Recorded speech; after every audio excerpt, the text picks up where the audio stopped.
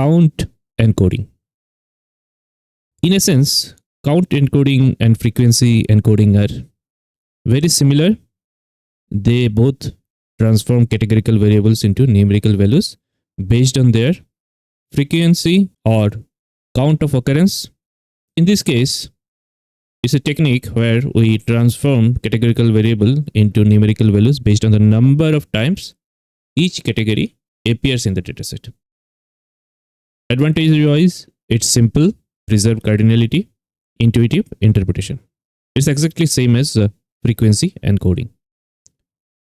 The ordinality is not maintained in the encoded value. It may not capture the relationship, and it's also susceptible to outlier. So we might have a category which is outlier in the entire dataset, but using this, we won't be able to capture the information in our encoded value. Since frequency encoding and count encoding are almost similar, usually it's the matter of personal preference for which specific one to be used. Let's take a look at the sample example. We have a dataset with 10 records. Temperature and color are two categorical variable. So as part of count encoding, we'll be counting the categories under temperature. There are 4 categories: hot, cold, very hot, warm, and the counts are 4, 2, 1, and 3. Similarly, for color category as well, the count would be 3, 5, and 2 for red, yellow, and blue respectively. So if we convert this into encoding, the temperature and color values will be replaced accordingly. So hot is replaced by this value. All the places wherever hot is there. So this is 4, this is 4, this is 4, and this is 4. Similarly, for all other categories under temperature and color. Now let's take a look at code. Count encoding. First implementation, we'll take a look using Pandas built-in function count values. I'm creating a function where we'll give the data frame and the column name, and it will return data frame column name dot map.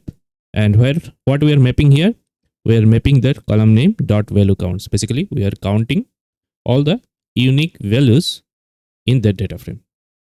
So this is Pandas built-in function value count and also the map. We'll be using this function, and both the temperature and color fields are passed to this count encode function. This is the final encoded data frame with these 2 new columns added.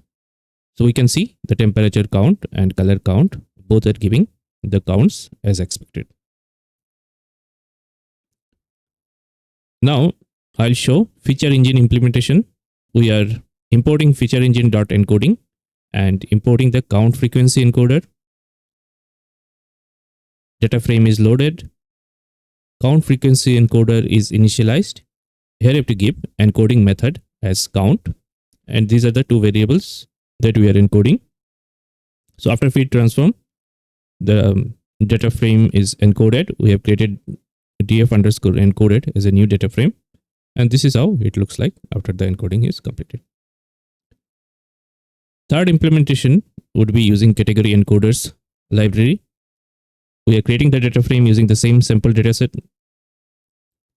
Here we'll be initializing the count encoder for these 2 columns, and then we'll do feed transform, and this is the encoded value, similar to what we have seen in earlier occurrence. It's counting the categories and replacing it as encoded values.